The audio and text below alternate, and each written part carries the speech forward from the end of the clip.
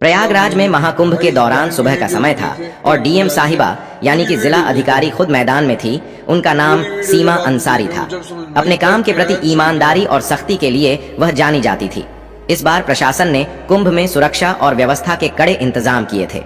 सीमा साहिबा को इस बात की जिम्मेदारी गई थी कि पूरा आयोजन शांति और सुव्यवस्थित ढंग से संपन्न हो।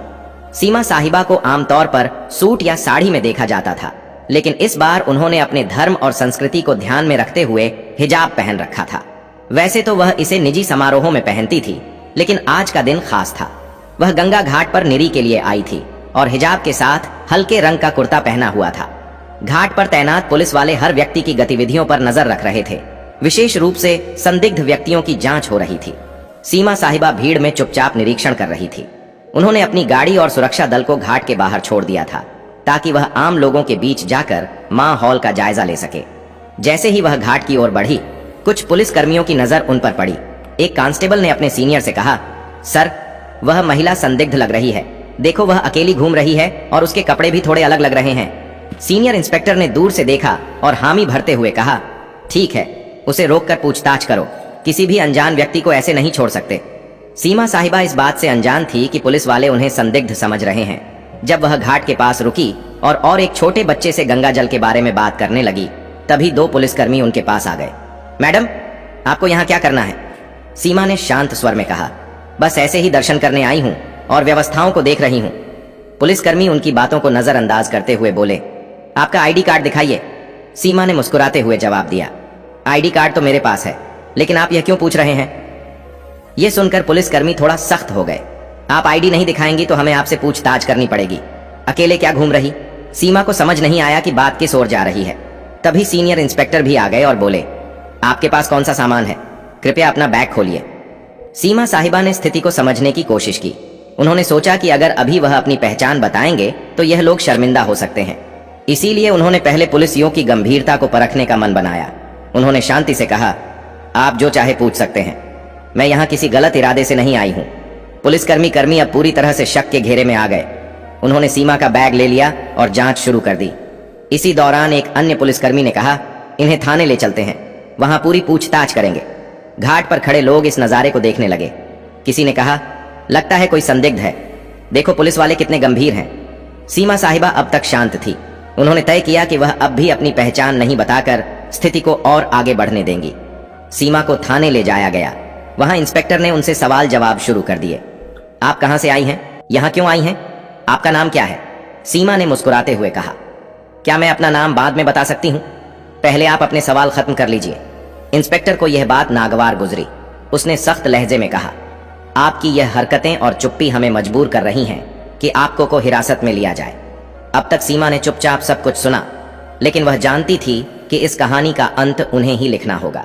उनके चेहरे पर कोई घबराहट नहीं थी, बल्कि एक अलग ही आत्मविश्वास झलक रहा था। थाने में माहौल गर्म हो चुका था। सीमा साहिबा को अब भी पुलिसकर्मियों ने संदिग्ध मान रखा था। सीनियर इंस्पेक्टर ने बाकायदा उन्हें एक कुर्सी पर बिठाया और आसपास के पुलिसकर्मियों को निर्देश दिया, इनसे सख्त से पूछताछ करो। जब तक पूरी जानकारी ना मिले इन्हें यहां से जाने मत देना। सीमा साहिबा को यह सब थोड़ा मजेदार लग रहा था। वह सोच रही थी कि पुलिस का यह कड़ा रवैया उनकी व्यवस्था का ही हिस्सा है और यह देखना उनके लिए किसी अनुभव से कम नहीं था।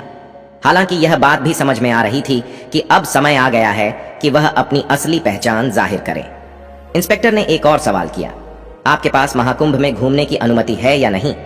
सीमा ने हल्की मुस्कान के साथ जवाब दिया, मैंने अनुमति ली है, लेकिन शायद आप मुझे पहचान नहीं पा रहे हैं।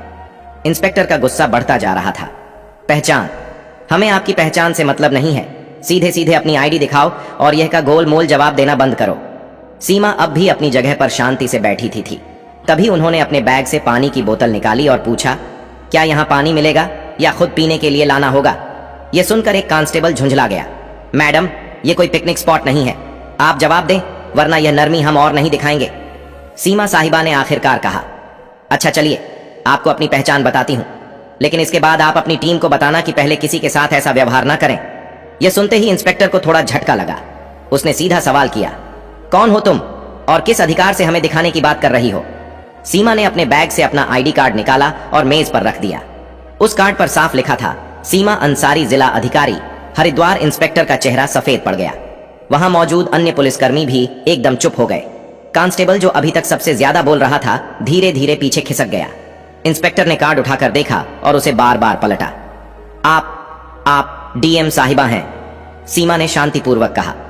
जी हां, और मुझे लगता है अब आप समझ गए होंगे कि मैंने अपनी पहचान पहले क्यों नहीं बताई। मैं सिर्फ यह देखना चाहती थी कि आप लोग अपनी ड्यूटी कितनी ईमानदारी और सतर्कता से निभाते हैं।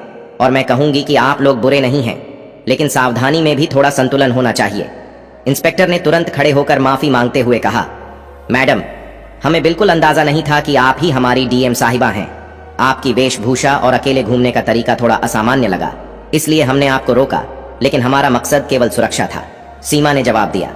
मुझे पता है आप सभी अपनी ड्यूटी कर रहे थे और मैं खुश हूं कि आप चौक हैं, लेकिन ध्यान रखें कि अगर कोई महिला या आम नागरिक आए तो उनकी बातों को भी ध्यान से सुने।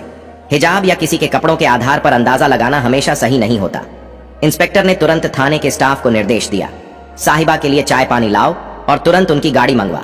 सीमा ने मुस्कुराते हुए कहा, नहीं, इसकी जरूरत नहीं।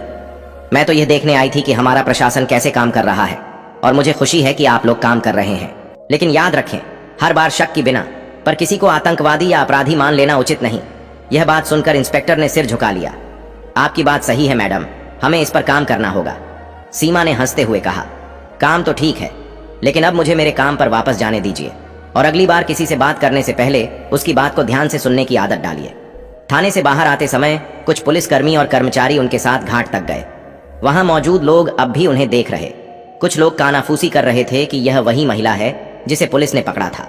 सीमा ने गाड़ी में बैठने से पहले पलट कर देखा और पुलिसकर्मियों से कहा, आप लोग अच्छा काम कर रहे हैं, लेकिन एक जिम्मेदार नागरिक से बात कर अपनी मानवता को भी बनाए रखें और अगर आप मुझसे सहमत हैं तो यह संदेश अपनी टीम तक पहुंचाएं।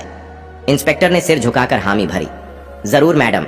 यह हमारी तरफ से एक सीख रही। थाने की घटना के बाद सीमा साहिबा घाट पर वापस लौट आई।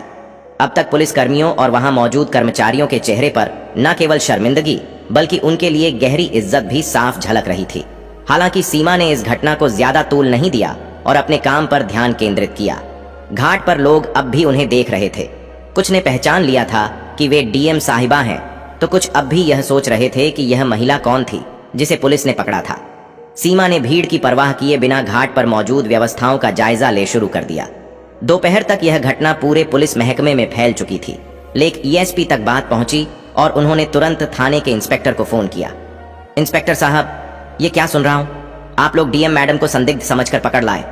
इंस्पेक्टर ने हिचक चाहते हुए जवाब दिया, सर गलती हो गई। उनकी वेशभूषा और व्यवहार की वजह से शक हुआ, लेकिन मैडम ने हमें समझाया और हमें अपनी गलती का एहसास कराया।